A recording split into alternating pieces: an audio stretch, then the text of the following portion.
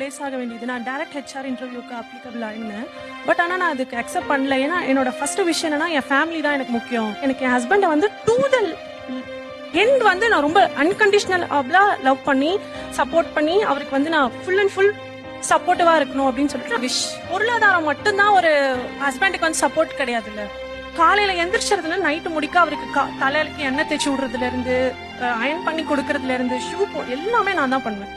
அன்னைக்கு கால் புடிச்சு விடுறதுக்கு எல்லாம் எதுவுமே அவருக்கு நான் பண்ணாதே கிடையாது. அவங்க வீட்டுக்கார பேர் என்னமா? பிரேமானந்த். நான் வந்து பிஃபோர் மேரேஜ் குக்கிங் பக்கமே போனதில்லை. பட் இப்போ நீங்க எந்த டிஷ் கொடுத்தாலும் நான் செய்வேன். ஏன்னா அவருக்கு பிடிச்ச ஒன்னொன்னையும் நான் ஒரு நாளும் ட்ரை பண்ணுவேன். ஒரு நாள் கூட எனக்கு வந்து அவருக்கு பிடிக்காத நான் கொடுத்ததே கிடையாது. 3 வேளையும் அவருக்கு பிடிச்சதான் நான் செய்வேன். நீங்க ரசனைங்கிறீங்க, அது ஒரு வகையில வெறுமை தானே. இப்போ வந்து என் ஹஸ்பண்ட் பொறுத்த வரைக்கும் அவர் ஃபுல்லு ஜாலி தான். இப்போ நான் கோவமா இருந்தாலும் ஒரு 2 மினிட்ஸ் மேல எனக்கு கோவமா இருக்க விட மாட்டாரு. உடனே ஏதோ ஒரு ஜோக் சொல்லியோ இல்லை ஏதோ ஒரு டைவர்ட் பண்ணியோ